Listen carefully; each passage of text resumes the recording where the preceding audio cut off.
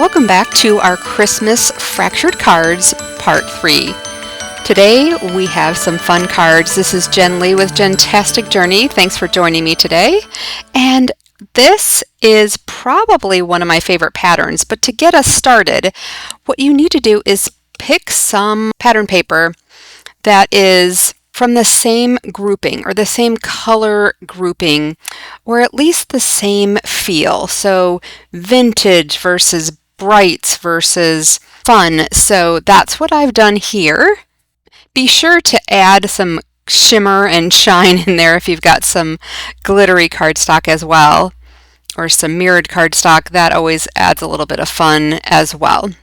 And to see all of these, you can view part 1 and part 2, but I just didn't want to make a huge long video, and these were a lot of work to make, but they come together.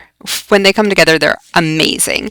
So you're just going to cut out each color or each pattern in the same die set, and then I made 3 cards out of each. So because I had 3 pieces of paper, pattern paper, and I used press and seal to kind of keep all my pieces together. That kept me a little bit organized.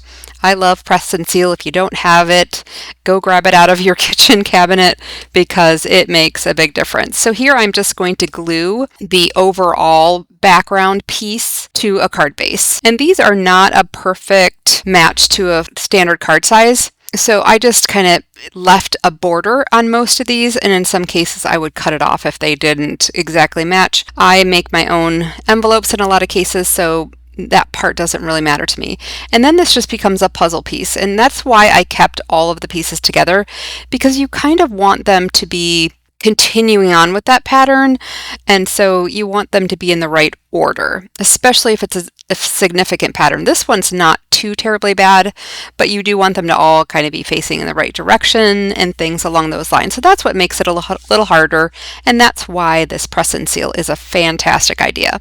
And you can see it's just a matter of putting them all together. The little teeny tiny corner pieces that you can barely see there are going to be your nemesis, but again, they're on the press and seal, so they all become fine. And so I end up just, because this is my third of the groups of cards that I made, at this point I just put them all the puzzle pieces together, and then I put the foam backing. So the main background is all just glued down, and then each of these little pieces I put up on foam tape, except for those little edge pieces. Those are so tiny that I just put a little dot of glue. And so that's what this is all about, is just getting each of the patterns. So you have an every other pattern there, and you want to make sure that it matches what the other pattern looks like.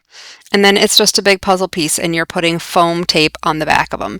Nothing difficult, and these fractured card dies I think are fantastic, and I will link everything in the description box below. And so here I'm just showing you kind of the last bits and pieces of it, because this is nothing difficult. It is just repeating and repeating and repeating and making sure everything kind of stays in line with each other, which is why I love my press and seal. If you don't have press and seal, if you've got a sticky backed stamping platform or anything like that, it would really help you stay organized with these, because that's the biggest piece. And then I'm going to try and figure out some cute little sentiment pieces, and some of these I stamped myself. Some of them I got from Natasha, and I will link her website or her YouTube channel in the description box below as well, because the sentiment sheet is free from her website, and so I'll include the website as well. But she lets you just freely download these, and I used a lot of these for my Christmas cards this year, although I also stamped a lot of my own. So it just kind of gives you a little bit of variety, and when you're in a pinch and you're like, I'm not sure what I'm going to like here, then you can use it. And here I thought I was going to like this Happy Holidays one for my green and red, but as you can see, the green is really a different green, and it's not that kind of bright green that I was using, that limeish kind of green. So I'll end up changing that. Then I just kind of plan out my little sentiments. I found one that says Season's Greetings, that's all in red, and I liked that one a little bit better.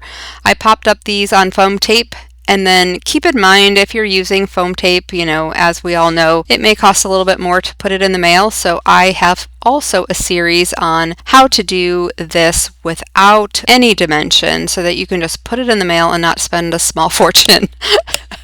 And then here I'm pulling out stickers and just different things that I buy from the dollar store or from Hobby Lobby or wherever I can find it. Sometimes even the grocery store will have cute little embellishments that I can use, and I like to deconstruct them sometimes. Here I deconstructed this and I'm using it on 2 different cards because sometimes you don't want a huge big thing because it's such a busy piece anyway, so just cut it apart and see what you can make of it. And so I used that little greenery, holly greenery. And then for this last one, I'm going to make it really pop with this bright, glittery little poinsettia plant looking thing. And then I didn't like the one, I was going to put some leaves around it. Didn't end up liking that, so then I decided again to deconstruct it a little bit more and see what else I really wanted to do with it. I think this just gives it a little bit of glam because there's a little bit there at the bottom of that sentiment where it's got like something going on. I thought this would look really cute, so I end up just gluing that to it as well. And then it doesn't really take away from the cool different dimensions of the card, it just adds to it, right? So those are my 3 cards for today. I hope you enjoyed this. You can see I put a lot of the different extras on the inside of the card. I love to tie the inside in with the outside, so that's just strips I got. And here's some close-ups of these. I hope you enjoyed this. I did also